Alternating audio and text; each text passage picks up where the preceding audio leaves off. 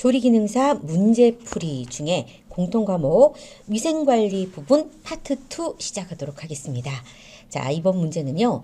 기생충과 관련된 문제입니다. 근데 기생충과 관련된 문제는요.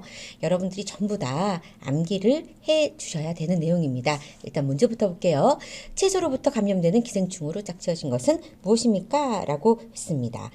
채소로부터 감염되는 기생충의 종류로는 자, 지금 적어드린 것처럼 회충, 십이지장충, 동양모양 선충, 이 동양모양이지만 선충이라는 뜻입니다. 그리고 편충, 요충, 그리고 이질 아메바, 회충 요렇게 있을 수가 있습니다. 그리고 이 십이지장충을 우리는 구충이라고도 얘기를 합니다. 그럼 채소로부터 감염되는 기생충의 종류는 자, 모두 해당하는 게 1번이라는 거 알 수 있을 겁니다. 자, 그럼 2번부터 봤을 때 우리가 모르는 것들이 있어요. 그죠? 폐흡충이라는 것은 어패류로부터 감염되는 거고요. 이 선모충이라는 거는 왜 돼지고기를 제대로 익혀 먹지 않으면은 뭐 기생충에 감염된다 이 얘기에 바로 그게 선모충입니다. 그래서 이것도 육류라고 할 수가 있고요.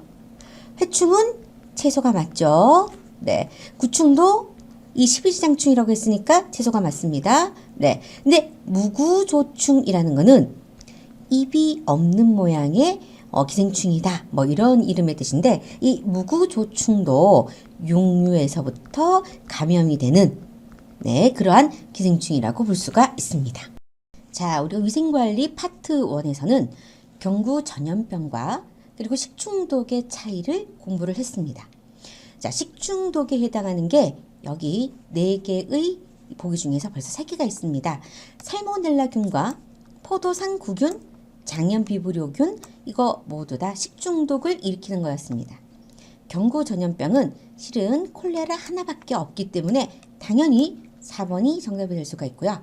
이 콜레라의 특징으로는 굉장히 구토도 심하면서 쌀뜨물과 같은 설사를 유발하는 것이 특징입니다.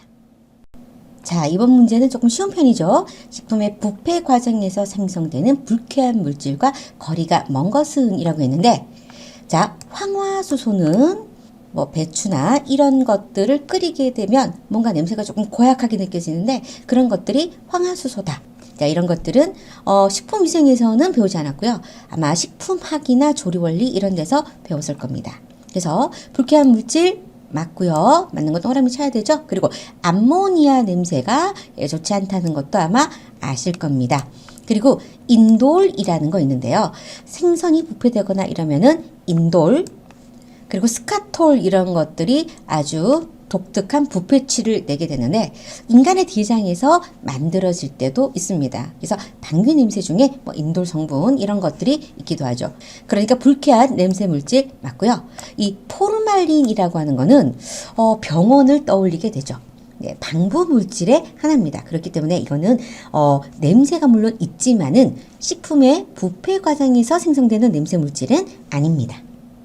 식품위생 부분에는요, 이 중금속과 중독 증상도 굉장히 많이 나오는 문제입니다. 자, 첫 번째, 카드뮴과 신장 기능 장애가 나오는데요. 카드뮴은 신장에 카드뮴이 축적되어서 생기는 이따이병이라고 아마 들었을 겁니다. 이따이가 뭐 아프다라는 말인데, 일본에서 아주 심각한 중독 증세가 일어난 적이 있어서 유명해진 사건입니다. 그래서 카드뮴은 신장에 카드뮴이 쌓이는 이따이병이 있으니까 요거는 맞는 거고요. 그 다음에 비중격 천공이라는 뜻을 모르실 거예요. 비중격 천공은요. 코 중간의 이 연골에 구멍이 새 있는 게 비중격 천공입니다. 여기에 크로뮴이라고 되어 있는데 여러분에게 익숙하게 CR을 쓰고요. 크롬이라고도 읽을 수도 있고 크로뮴이라고도 읽을 수 있습니다. 그래서 둘 다 맞고요. 아마 여러분들은 크롬으로 많이 알고 있을 겁니다. 이 크롬은 비중격 천공이라고 코 중간에 연골에 구멍이 나는 이런 증상 있을 수 있습니다.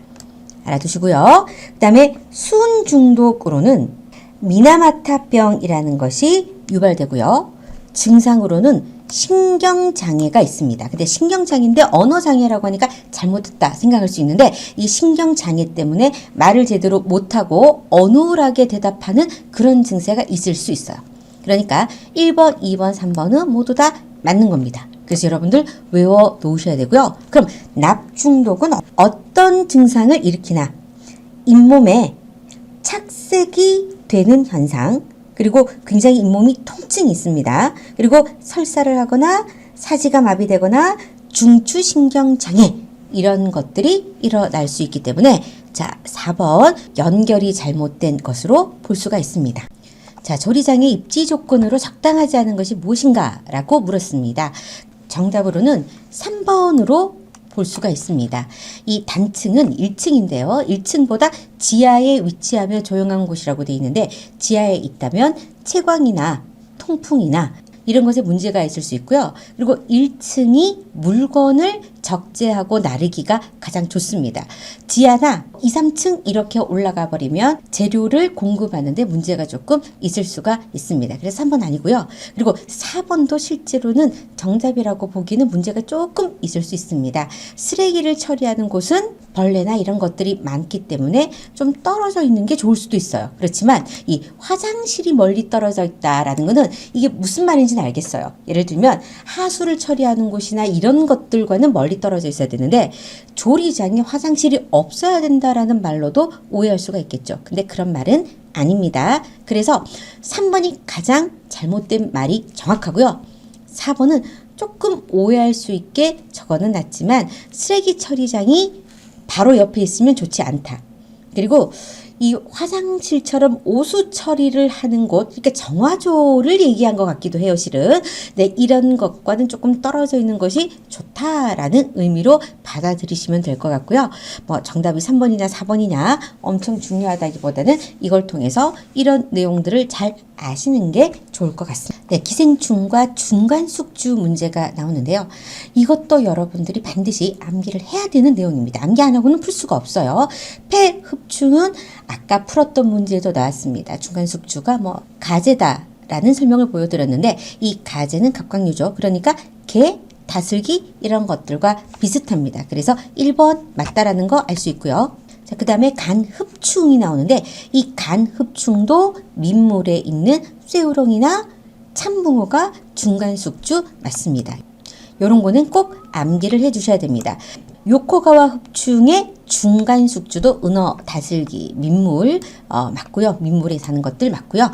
광절 열두조충은 중간숙주가 민물에 있는 물벼룩, 그리고 이 중간숙주도 역시 민물에 있는 물고기가 됩니다. 그래서 전부 다 이런 것들은 민물과 관련 있는 것들이었어요. 그래서 쇠고기, 돼지고기는 중간숙주가 아닙니다.